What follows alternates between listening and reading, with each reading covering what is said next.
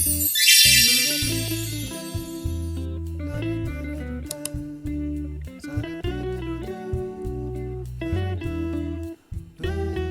une vidéo comment commencer le journaling ou des idées de pages. Si tu fais déjà du journaling et que tu as envie d'idées de pages, tu peux aussi regarder cette vidéo. Si tu as besoin d'idées de pages, c'est la vidéo parfaite. J'ai fait une liste sur mon téléphone de toutes les idées de pages que j'ai personnellement faites dans mes carnets. J'en ai 5 différents et donc j'ai réuni toutes les pages que j'avais faites. Il y a beaucoup de mes idées que j'ai trouvées sur Pinterest. Juste tu mets idées de pages de journal, tu vas en trouver plein. Mais je pense que c'est bien aussi d'avoir tout réuni dans une vidéo. Chaque idée de page de journal, je vais les mettre dans la description. Donc n'hésitez pas à aller la voir, j'ai aussi mes réseaux dedans. Donc mon histoire avec le journaling, on va commencer par ça. J'ai commencé le journaling il y a très longtemps en fait. J'ai toujours eu des carnets secrets quand j'étais enfant. J'ai commencé à l'école, à partir du moment où j'ai pu écrire, où j'ai appris à écrire et à lire, j'ai commencé à écrire ma vie. Beaucoup de mes pages de journal, c'est juste moi qui raconte ma vie, parce que j'aime bien ça, j'aime bien pouvoir documenter ce que j'ai fait, comment je me sens chaque jour. Donc voilà, première idée de page de journal que j'ai pas mis dans toutes mes idées, mais juste raconter sa vie. Raconter comment on va, ce qu'on a fait dans la journée, ce qu'on a mangé, à quoi on pense, ce qui nous trotte dans la tête, ce qu'on a envie de faire. C'est des choses juste de tous les jours. Ça peut souvent être répétitif parce que j'ai pas personnellement une vie folle, mais ça peut être assez intéressant de voir l'évolution. J'ai des journaux de quand j'avais 9-10 ans, on va dire, quand j'étais en CM1, CM2. Et bah maintenant j'ai 10 ans de plus. Ça fait très bizarre de pouvoir relire ce que j'ai vécu à cette époque et de pouvoir revivre ces moments en fait. Et c'est pour ça que je trouve ça génial, le journaling, de pouvoir juste revivre les moments qu'on a vécu et se rappeler de choses qui étaient importantes pour nous à l'époque et qu'on a certainement peut-être oubliées aujourd'hui. Donc voilà mon histoire avec le journaling, j'ai commencé très tôt et j'ai eu une période où j'ai arrêté pendant le collège parce que tout simplement j'avais pas envie. C'est souvent en phase d'ailleurs que je fais du journaling. J'ai des phases où j'écris quasiment tous les jours des pages et des pages et des pages de ce qui me trotte dans la tête, de ce qui se passe et tout. Et parfois juste je trouve que j'ai rien à dire alors j'écris pas. Du coup je fais des résumés plus tard de tout ce qui s'est passé, mais je suis pas vraiment constante avec le journaling et je pense pas qu'il y ait besoin forcément d'être constante. Et faut pas que ce soit comme quelque chose que tu te sentes forcé à faire, on va dire. Ne jamais se forcer à faire du journaling, c'est vraiment quelque chose qui est censé être détente, c'est un moment pour toi.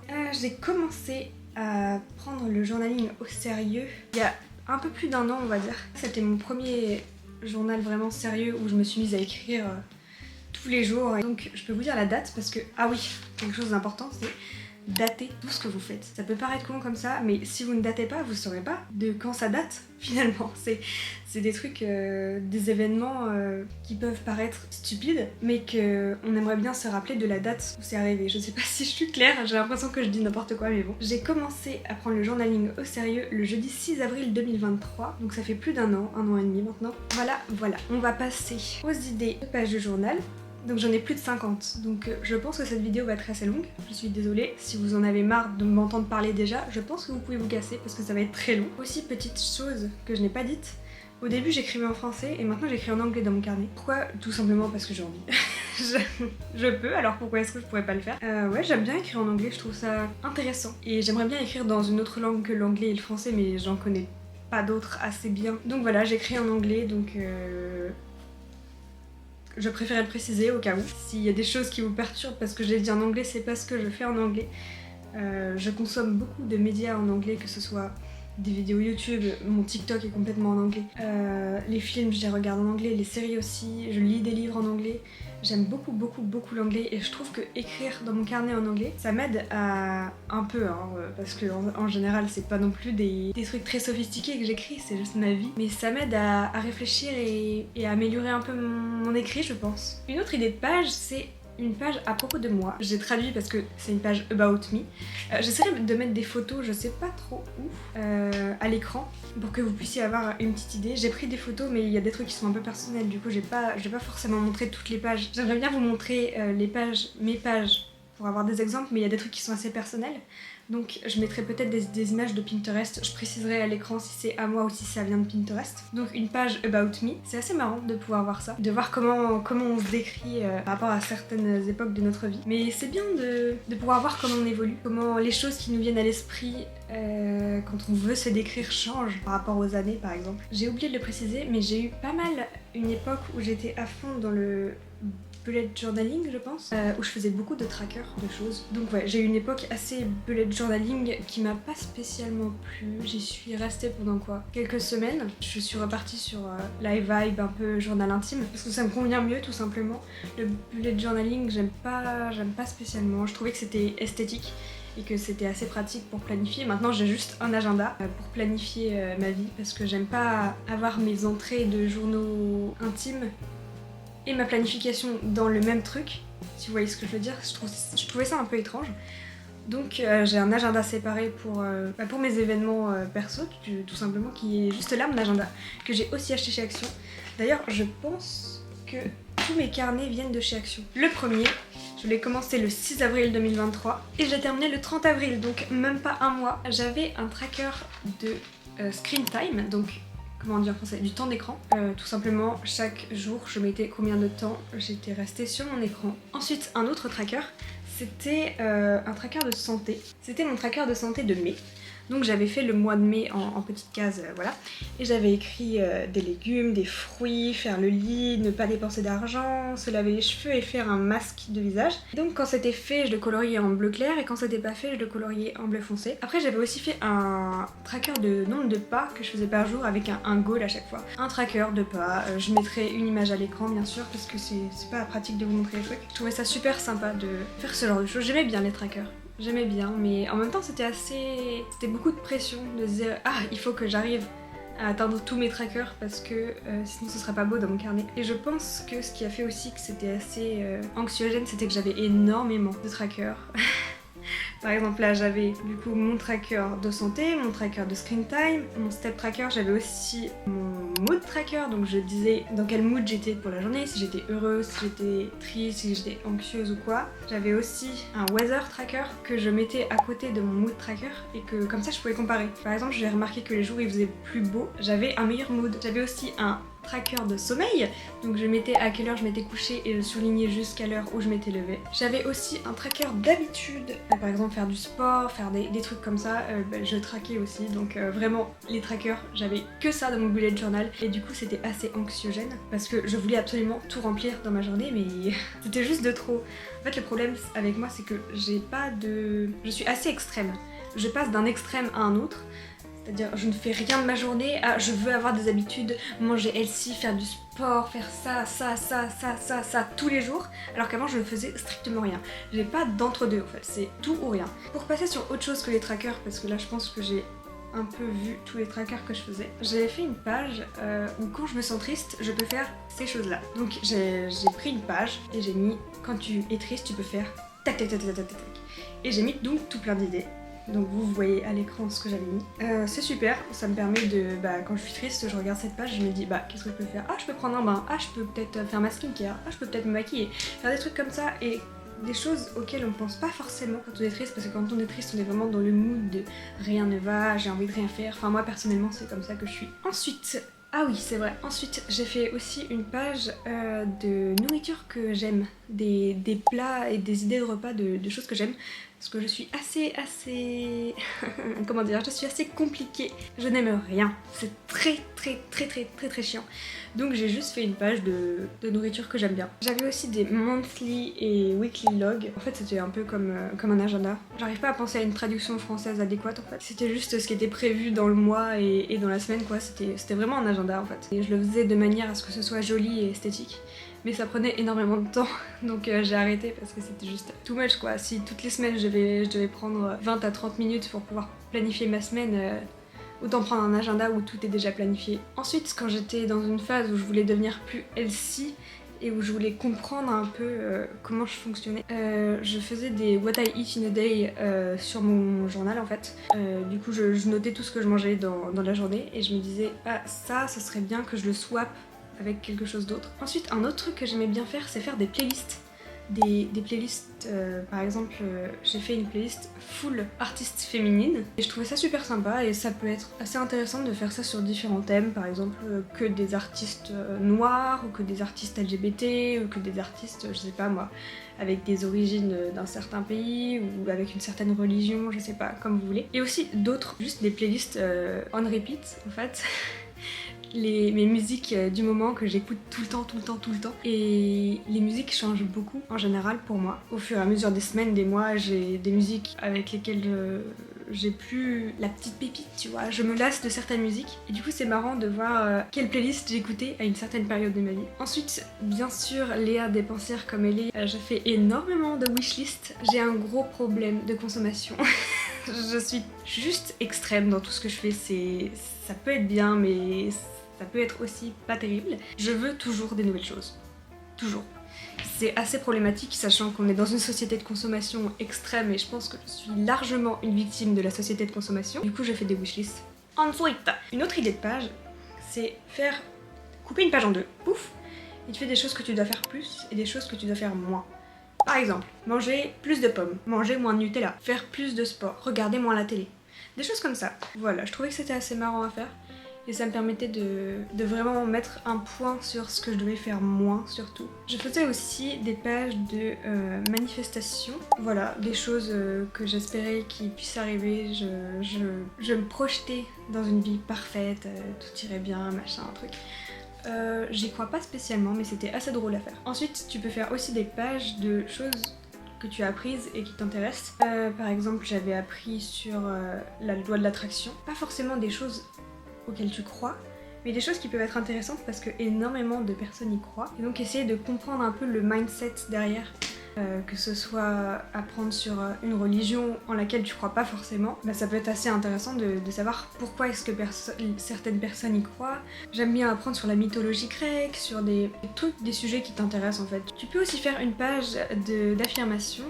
Donc des affirmations, c'est quelque chose, par exemple, je suis une personne forte et capable, j'ai fait des choses difficiles dans le passé et je peux les refaire. J'ai le droit de me sentir en colère et triste parfois, ça fait partie d'être humain. Des choses comme ça, des choses qui te font sentir bien. Ensuite, tu peux aussi faire des mood boards, ça c'est vraiment un truc que je kiffe faire. Quasiment toutes les saisons, j'en fais. C'est juste, tu vas sur Pinterest et tu cherches des images un peu esthétiques et tout, et tu les colles ou tu fais des dessins si t'as pas d'imprimante. Si tu sais pas dessiner, tu prends des stickers, il y a plein de manières de faire des moodboards. Et c'est juste, je trouve ça tellement fun à faire, j'adore. Ce que j'aime beaucoup faire aussi, c'est mettre à jour ma bucket list. Une bucket list, c'est des choses que tu veux faire avant que tu décèdes, finalement. C'est des choses à faire dans ta vie, pour être plus positif, que t'as vraiment envie de faire. Je la mets souvent à jour, parce que j'ai plein de nouvelles choses que je veux faire. Par exemple, j'ai voir des aurores boréales, voir des baleines en vrai, faire de la plongée sous-marine, ça je l'ai fait. Ensuite, nouvelle idée de page, faire des collages. Je suis une big fan des collages dans mon journal. Je colle, je garde tout et je les colle dans mon carnet en permanence. C'est pour ça qu'ils sont tous assez fat. Celui-là il est genre massif, j'ai dû laisser plus de la moitié des pages parce que littéralement le truc est en train de se décoller, je peux passer mon doigt. Donc j'ai dû passer un nouveau parce que tellement il était chunky, tu vois. C'est hyper satisfaisant selon moi de coller des petites cartes de visite, des plans d'endroits où t'as été, des trucs que tu gardes, des bouts de serviettes, des numéros de téléphone, des trucs comme ça. Ça me fait kiffer. Et j'adore que mes journaux soient genre fat, tu vois. Qu'ils soient tout maigrichons au début et qu'à la fin il soit énorme. J'adore ça. L'highlight du jour, le truc qui a fait que ta journée était bien. Je l'ai trouvé sur la chaîne d'Eva Meloche. J'adore cette fille, elle est incroyable, vraiment. Abonnez-vous à elle parce qu'elle est juste géniale, je l'adore. Highlight of the day, j'aimerais vraiment le faire tous les jours, mais j'ai la flemme. Et ça a l'air juste tellement bien tous les jours. Tu écris quelque chose qui a rendu ta journée bien. Et à la fin du mois, de l'année, de la semaine, tu regardes tout ce qui t'a rendu heureux et tu te dis mais en fait, les plus petites choses, ça peut refaire une journée. Et je trouve ça génial. Je fais aussi pas mal de dessins et de doodles. Je suis très nulle, mais je me dis qu'en en faisant, au plus j'en fais, au mieux ça ira. J'ai l'impression de régresser, mais ça c'est pas le sujet. Il y a plein de tutoriels, de doodles, de petits trucs artistiques sur Pinterest et sur internet en général. Et ça peut être toujours sympa, c'est marrant, ça rajoute un peu de peps à des trucs. J'aime bien, quand j'écris sur ma journée, essayer de dessiner la scène dont je parle, Par exemple, je dis que j'ai mangé un pique-nique avec ma meilleure amie par exemple, bah, j'essaie de dessiner une petite nappe de pique-nique avec de l'herbe autour par rapport à où on a mangé. Et ouais, ça peut être un peu sympa et ça peut être rigolo de voir l'évolution de ton art. Ça c'est une page très spécifique, les angel numbers. Juste j'ai fait une page sur ça parce que ça me faisait kiffer et je trouvais ça super esthétique. Quelque chose qu'il faut que tu saches aussi, c'est que ton carnet ou ton journal, peu importe comment tu veux l'appeler, c'est juste à toi. Tu fais ce que tu veux dedans, ce que tu veux, ce que tu veux. Si t'as envie d'écrire de la merde sur quelqu'un, t'écris de la merde. Si t'as envie de critiquer une chanson que tout le monde aime, tu critiques. Si t'as envie de dessiner, tu dessines, tu fais ce que tu veux, personne ne va le lire. En fait, tout ce qui me passe par l'esprit, ça va sur mon carnet.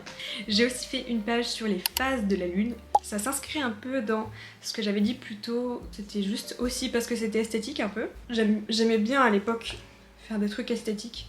Maintenant je m'en fous un peu. Si c'est moche, c'est pas grave, si c'est beau, tant mieux. Voilà, c'est un peu mon mindset.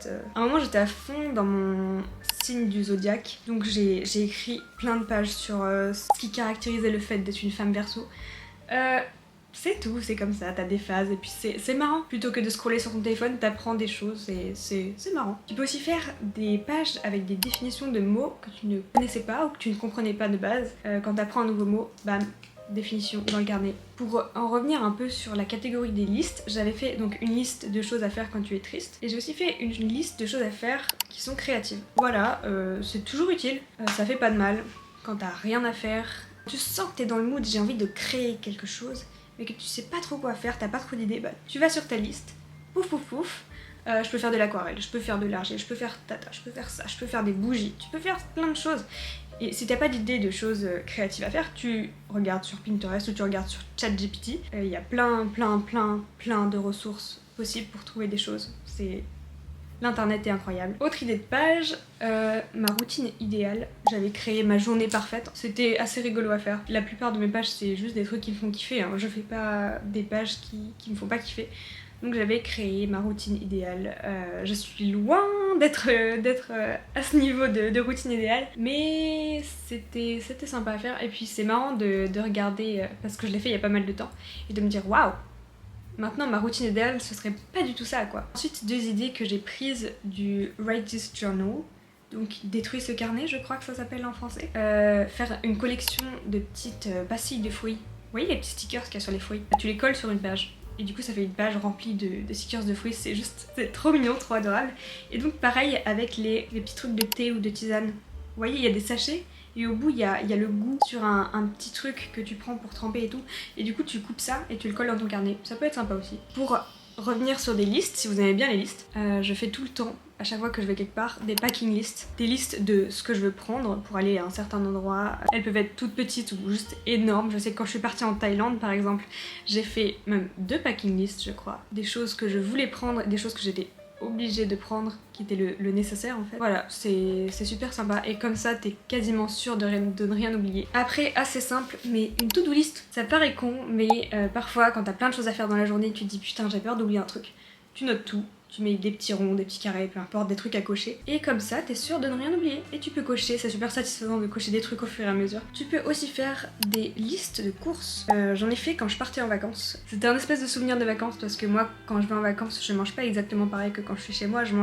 J'essaie de manger local. Sur la même vibe, pour faire ta liste de courses, tu as aussi besoin d'idées de repas. Donc les idées de repas de vacances, ça peut être super sympa à faire.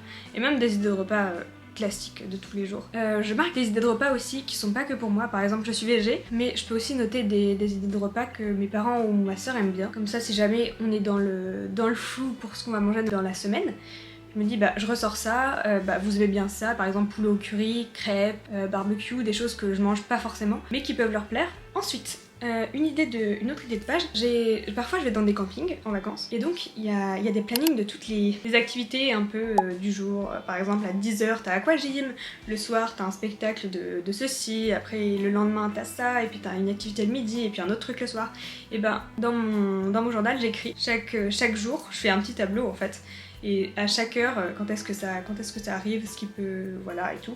Et après j'écris aussi d'autres choses, par exemple S'il y a un truc, par exemple un marché dans la ville d'à côté, je peux aussi le noter dans le planning, voir si ça se met sur un autre événement qu'on pourrait faire, et comme ça on arrive à s'organiser pour faire des trucs sympas. Bon, là ça va être 3 idées de page, c'est des routines en fait. Donc on a une productive daily routine, juste des choses que tu peux faire tous les jours pour être productive. Des idées pour ma morning routine à ajouter que je ne fais pas par exemple, mais qui pourraient être sympas, qui sont healthy, tout ça. Pareil pour la night routine, des idées en plus de ce que je fais déjà, qui pourrait être sympa à faire. Bon, je dis pas que je fais tout ce qu'il y a sur ma liste de perfect morning routine et de night routine, ce serait bien, mais je ne fais pas tout ça. J'ai aussi une page Cup of Positivity, tea cup, du thé, tu vois. C'est une petite page sympa quand t'as besoin d'un petit boost, c'est positif et ça fait du bien, voilà. Je pense que je l'ai trouvé sur Pinterest, si je dis pas de bêtises. Après je fais aussi beaucoup de prompts, je sais pas comment on dit en français. En gros tu mets des questions et tu réponds aux questions. Et donc il y a plein de prompts que tu peux trouver sur Pinterest ou quoi.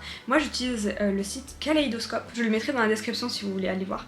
Ils ont mais des milliers, et je ne déconne pas, mais des milliers de prompts. Ensuite, pour une autre idée, on a aussi mes préférés.